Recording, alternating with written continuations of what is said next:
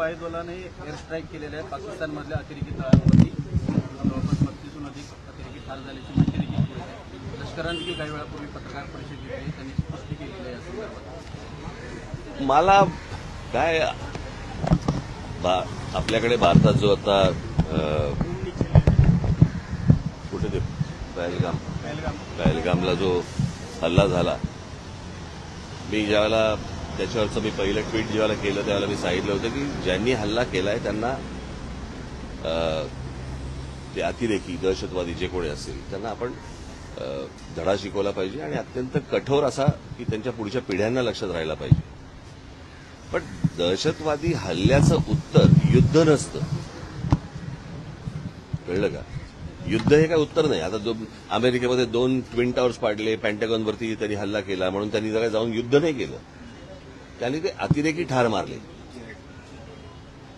हे मी दुसऱ्या देशामध्ये युद्ध परिस्थिती आणायची आणि आता ते काय मॉक ड्रिल करायचं आणि मग ते सायरन वाजवणार वगैरे वगैरे.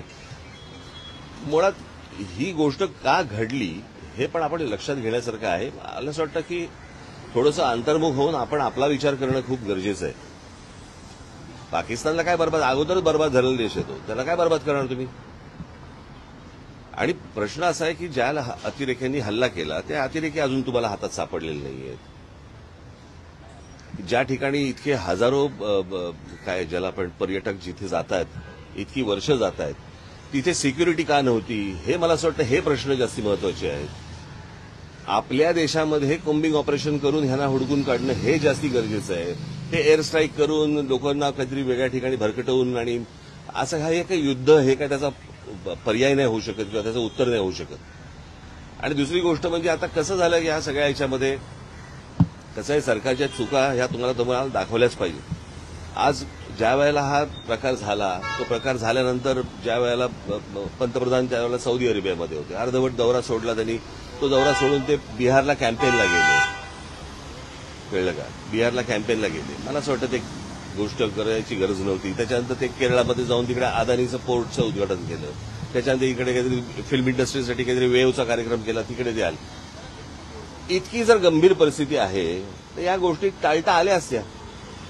आणि त्याच्यानंतर येऊन ते काय मॉक ड्रिल करायचं आणि मग काहीतरी एअर स्ट्राईक करायचं, मला असं वाटतं की हे काही उत्तर नाही या गोष्टींवरचं. जे अतिरेकी आहेत ज्यांनी हा हल्ला केलेला आहे, मला असं वाटतं त्यांना हुडकून काढणं, त्यांचा बंदोबस्त करणं आणि संपूर्ण देशभर मला असं वाटतं की तुम्ही हे मॉक ड्रिल करण्यापेक्षा कॉम्बिंग ऑपरेशन्स करा जिकडे जिकडे तुम्हाला माहिती आहेत. आज आपल्या देशामधला पोलीस दल आणि या सगळ्या लोकांना, खास करून मुंबई महाराष्ट्रामधल्या पोलीस दलाचं तर मी त्यांची प्रशंसाच करेन की त्यांना सगळ्या गोष्टी माहिती आहेत, कुठे कोणत्या गोष्टी चालू आहेत आणि कुठे काय चालू आहे ते, कळलं का? आज आपल्या देशातले प्रश्न संपत नाहीयेत आणि आपण काहीतरी युद्धाला आपण काहीतरी सामोरे जातोय. मला असं वाटतं ही काही योग्य गोष्ट नाही.